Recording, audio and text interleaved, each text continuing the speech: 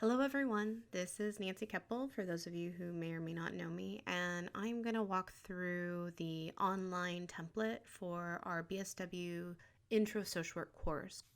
What I'm going to do is show you the instructor view so that you can see what you're looking at as an instructor, how you're modifying and working with that. And then I'm going to show you how to look at it through the student view just to see how they're seeing something a little bit different.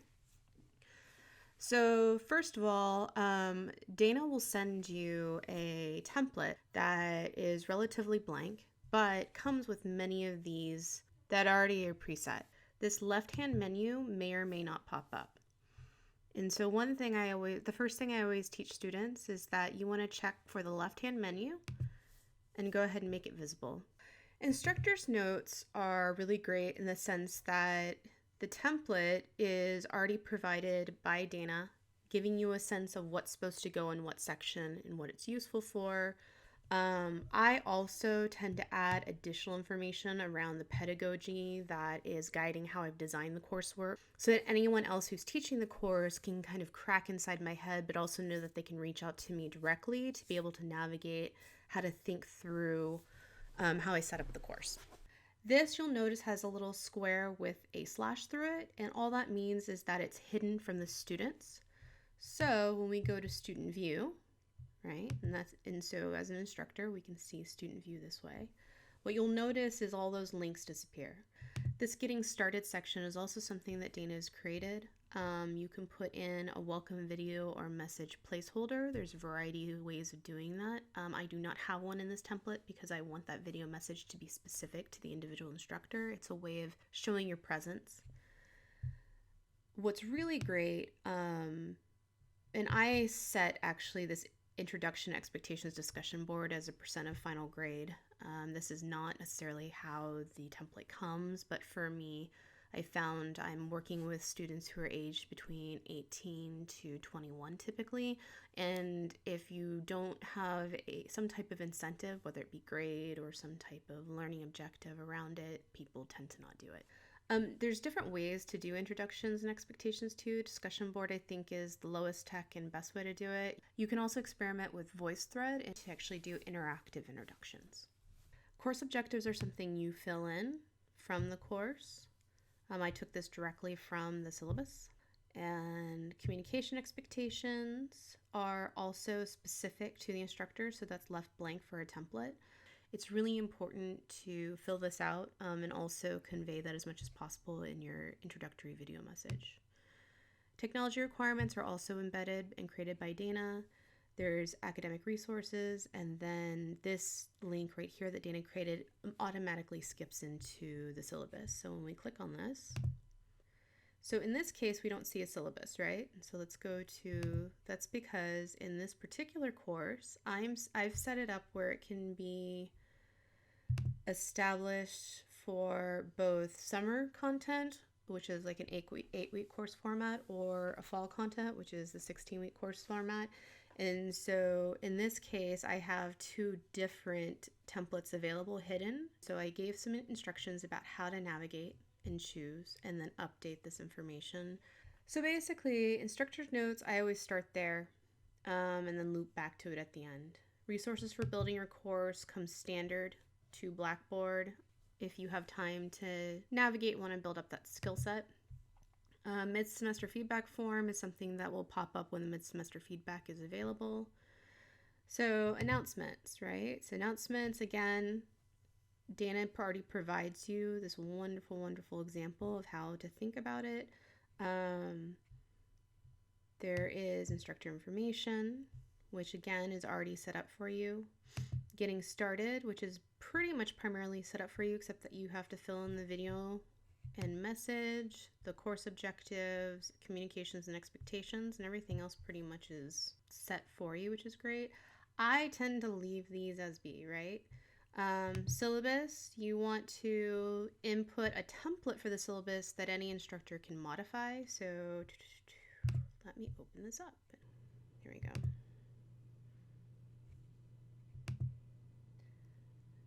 And what I've done is basically created a syllabus that has a pretty straightforward template.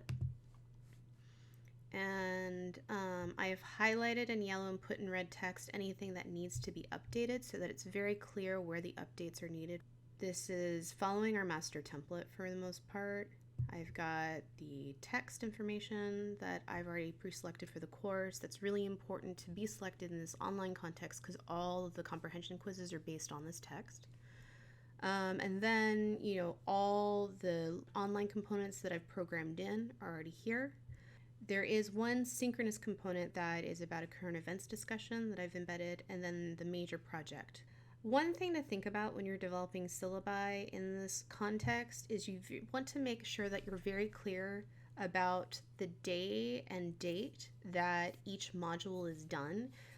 If you give an amorphous time frame like the week of, it tends to be very confusing and increase cognitive burden for students. And so you want to make everything as concrete and transparent and as streamlined as possible. Communication expectations, again, should parallel what's on the Getting Started page. And most of the other components you notice are just already preset, right? So there's not much that any individual has to fill in. So the summer syllabus is actually the exact same online module. It's just that people do 2 modules a week rather than 1. So the content modules, which also can be called weekly modules, depending on the course and the design, is essentially a series of online learning modules, which are indicated by this notebook with binder tabs. And I have one clearly identified for each module that was specified in the syllabus. And you'll notice that there's an overview describing the module and then the general topics that are covered within. So let's go. I'm going to show you 2 ways to think about modules. One is the instructor edit view, which allows you to edit and include things and really control the trajectory of how you're building the module. But then the second step is really showing this, always double checking the student view to make sure that the student user experience is what you're expecting. Because there's lots of times where the edit view looks fine and then the student view looks all messed up. So let's go to module 2, right? And essentially what I've done is you have a module where you have a table of contents, right? And within that, each slide is shown sequentially when we're developing it. But when we go to student view, it's going to look a little different. So for instance, we have an introductory page where in this case, it's actually going to link them to an outside page, which is an infographic about social work history that I found delightful. Objectives and tasks, and these are embedded in the template that Dana is going to send you. For this course, because it's an intro course, the reading's rather simple in the sense that they have to read the text. If the reading's more complex, you might want to add in downloadable links for a series of readings, or there's also different strategies like adding in a content folder, but you have to be careful that it reads well. And so these are things that you can always reach out to me to consult with, and different ways to think about how do you create readings in a way that's accessible and easily downloadable for the students. In this case, I have a couple of different methodologies. I have a context slide for them to read with an associated optional reading. I have instructional videos that I've curated from the web, followed by an applied discussion board activity, where this actually will link them to the discussion board form directly, which you can also find through a link on the left-hand menu called discussion board. It links us to this one right here. It takes us 2 different ways to get to the same thing. All right, so this is what it looks like when we're designing it. And it's really helpful to have it in this layout when we're designing it because I'm trying to think about how to piece all the different things together. But in student view,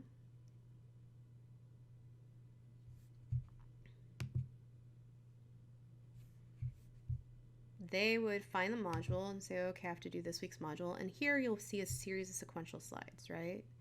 And so they'll flip through, they'll be like, oh yeah, I'm supposed to read. Probably about 50% of them won't read at this point. They'll read through this and skim it. They'll watch a video that's embedded. And they'll be like, oh crap, you actually want me to talk about this? And then they'll probably then go back. I've done this a long time, so I know how they do this. They'll go back and be like, oh, I have to actually read this. and get frustrated. And so one of the things I actually do often with students is I socialize them the first week that every piece of content will be covered either through a direct application activity where they have to integrate the information or a part of a comprehension quiz. I wouldn't advise quizzes for all levels, but in this case, quizzes are necessary.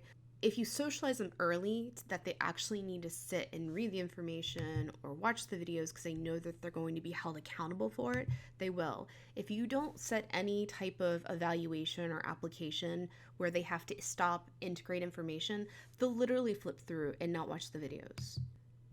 But again, this is an online learning module, right? And this is a pretty text-based heavy.